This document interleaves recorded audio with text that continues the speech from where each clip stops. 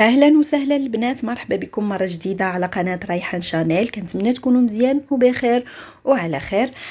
لا فيديو ديال اليوم اللي غادي نشارك معكم هو روتيني المسائي. شاركت معكم الفيديو ديال الصباح، دابا نشارك معكم روتيني المسائي اللي كيبدا في هذه اللحظه هذه مع الخمسة العشيه، الوقيته اللي كنجيب فيها بنتي من المدرسه. بيان سور غير كندخلوا ضروري خصنا نبدلو حويجاتنا وخصنا نمشيو نغسلو عاد ديريكسيون الكوزينه. وانا جايه لقيت لي طوماط سوريز ولقيت لي زيبينار باقيين جداد. اضطريت انني ناخذهم حيت ما كانوش عندي في الدار، وغادي نحيدهم عليا من الطريق قبل ما نبدا نوجد في العشاء. كيف كتشوفوا لي طوماط سوريز كنغسلها بشويه الخل، كنغسلها مزيان وكنحيد ليها ديك النباته ديالها الفوقانيه. حاولوا ان تحيدوا غير النباته باش ما توشيوش مطيشه، باش تبقى لكم صالحه لمده اطول.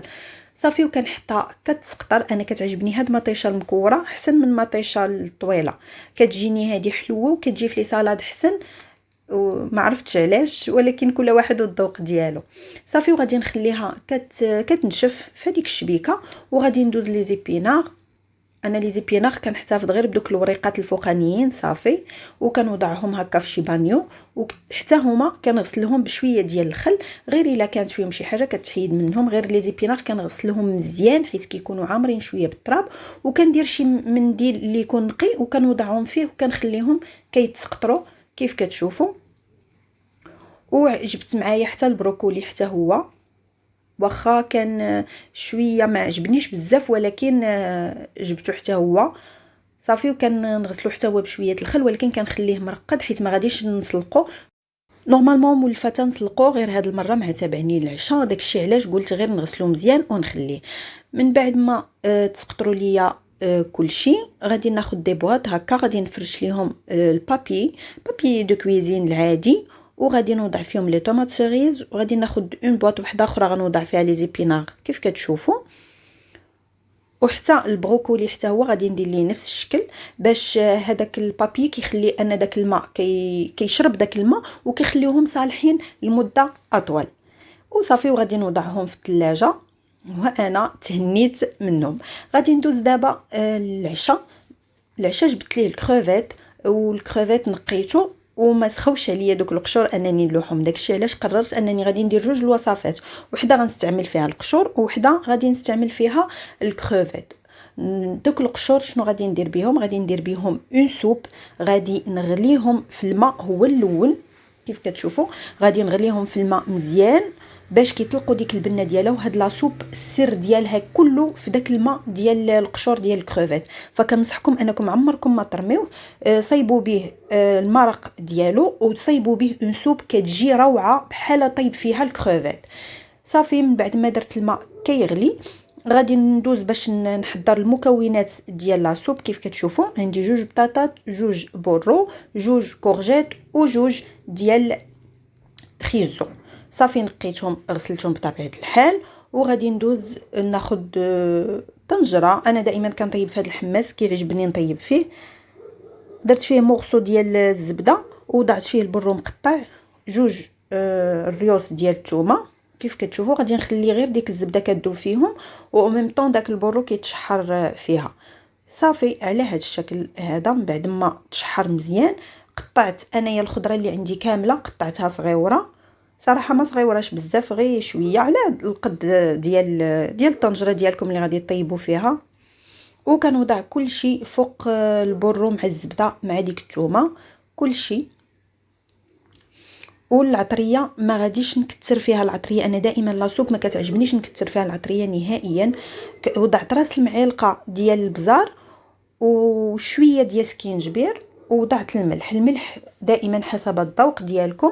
وما تنسوش ان الكروفيت راه كيكون شويه يعني مالح، كيكون مملح شويه، ما تكثروش الملحه.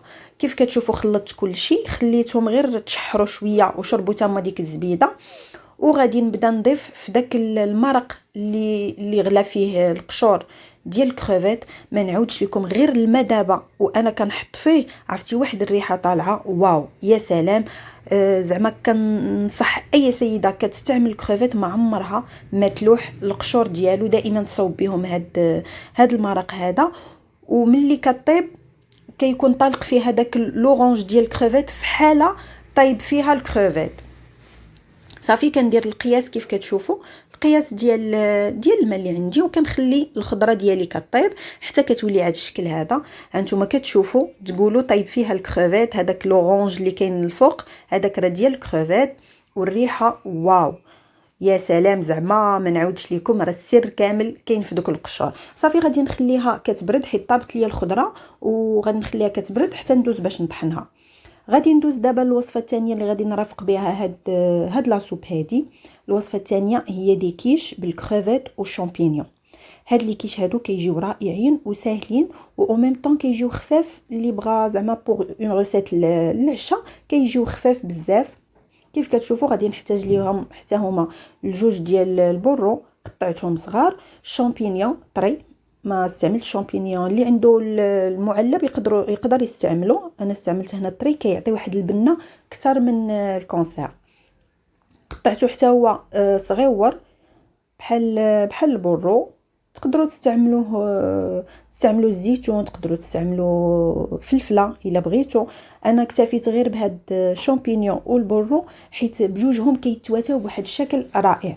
غادي ناخذ مقيله وضعت فيها مغصو ديال الزبده، وايضا وضعت فيها الزيت، غير الزيت الروميه، وخليتها كتسخن. من بعد وضعت فيها هذاك البورو والشامبينيون اللي مقطعين كيف كتشوفوا صغار. غادي نوضع الثومه حبيبات، ماشي بودغ ولكن حبيبات، انا كتعجبني الثومه في اي حاجه كتعجبني. وغادي نوضع شويه ديال المليحه وشويه ديال البزار فقط، وغادي نخلط كلشي مزيان حتى كيبدا يدبالوا لينا شويه فوق المقله. هانتوما غتشوفوا على هاد الشكل هذا غادي يبداو يدبالوا لينا، وغادي نضيفوا ليهم الكريفيت، لحقاش الكريفيت ما خصناش نخليوه بزاف فوق العافيه حيت كيقصح وبحال كيتجمع. داكشي علاش من الاحسن انكم تضيفوه حتى الدقيقه 90 باش يطيب لكم، ياخذ القياس ديالو اكزاكت في الطياب. غادي نوضع هنايا واحد العصير ديال نص حامضه، وغادي نوضع القزبر ومعدنوس عندي هنايا كونجلي، وغادي نضيف زيت الزيتون. كيف ما كتشوفوا ما بقاش باين لينا داك الزويته الروميه اللي درنا في الاول والزبده، داكشي علاش ضفت شويه ديال زيت الزيتون اللي كيعطيه واحد النكهه. صافي وها الخليط ديالنا واجد، غادي نطفيو عليه البوطه وندوزو باش نعمرو لي كيش ديالنا. قبل ما نعمروهم غادي نصيبوا ليهم الخلطه ديالهم اللي كنعمروهم بها من الفوق. كيف كتشوفوا هنايا عندي جوج بيضات وعندي لا كريم فريش. غادي نوضع تقريبا هنا خطا تقني خديت واحد زلافه وضعت فيها جوج بيضات، وغادي نوضع فيها تقريبا واحد 4 المعالق كبار ديال لا كريم فريش. اي نوع عندكم ديال لا كريم فريش تقدروا تستعملوه، الا ما متوفرش عندكم تقدروا ديروا دانون مسوس. غادي نوضع مع الخليط شويه ديال الملح، وغادي نخلط مزيان. بطبيعه الحال حكيت حتى الفرماج حمر، وغادي ناخذ واحد لاطا وضعت فيها البابي كويسون ودرت فيها هاد لي كيش هادو اللي صراحه كينفعوا بزاف. ملي كناخذهم هكا مع التقديه كنوضعهم في الكونجيلاتور وكينفعوا بزاف، كيكونوا بيان اونبالي، كيكون فيهم البابي فيلم، كيكونوا في واحد لابواط، صراحه كيكونوا غزالين وحتى المذاق ديالهم زوين، وكينفعوك فحال هكا في العشاء كتكوني باغا ديري شي حاجه خفيفه اولا بالزربه ما كتبقايش عاد كتعجني في لاباط. صافي كنبدا نعمر فيهم على هذا الشكل هذا، كنحاول انني نديرهم بشكل متساوي باش يجيو كلهم قد. صراحه الريحه ديالهم زوينه بزاف كتشهي.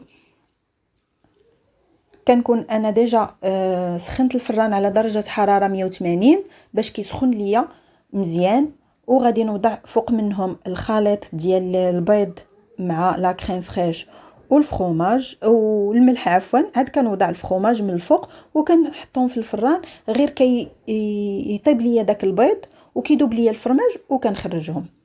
في هذه الاثناء هذه غادي ندوز باش نحضر لا سوب ديالي.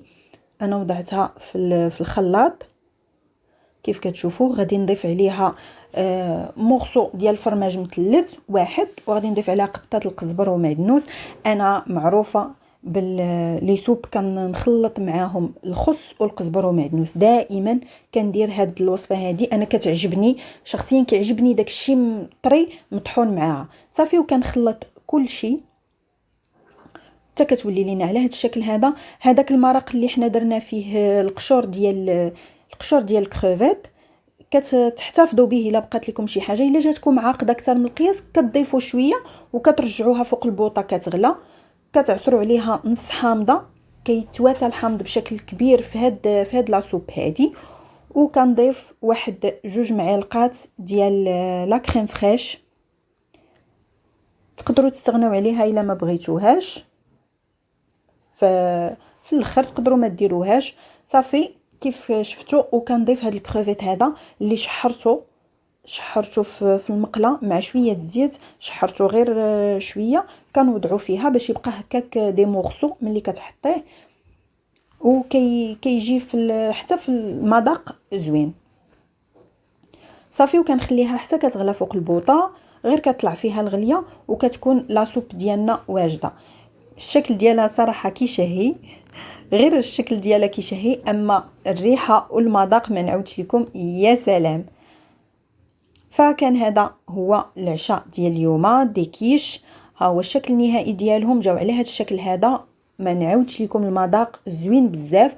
اما لا سوب فهي على هذا الشكل هذا، انا زينتها بشويه ديال لا كريم فريش من الفوق.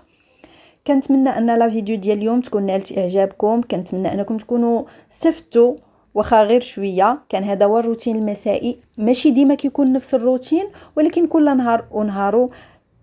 الى اللقاء والى فيديو قادم ان شاء الله.